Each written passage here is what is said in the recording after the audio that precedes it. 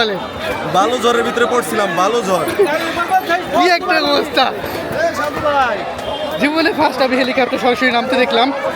আর এই সময়তে আবার মানে নতুন একটা অভিজ্ঞতা হলো যে হেলিকপ্টার কী ধরনের শক্তি মানে ও নিজে রাখে পুরো এরিয়াটাকে, মানে বৃষ্টি মানে যেটাকে ভালো বৃষ্টি বলে সেটা করে ফেলাইছে ভাই। পুরো অস্থির অবস্থা। আমি তো কয়েক জায়গায় উঁচা ঢুকাইছি, শুইলেও গেছে।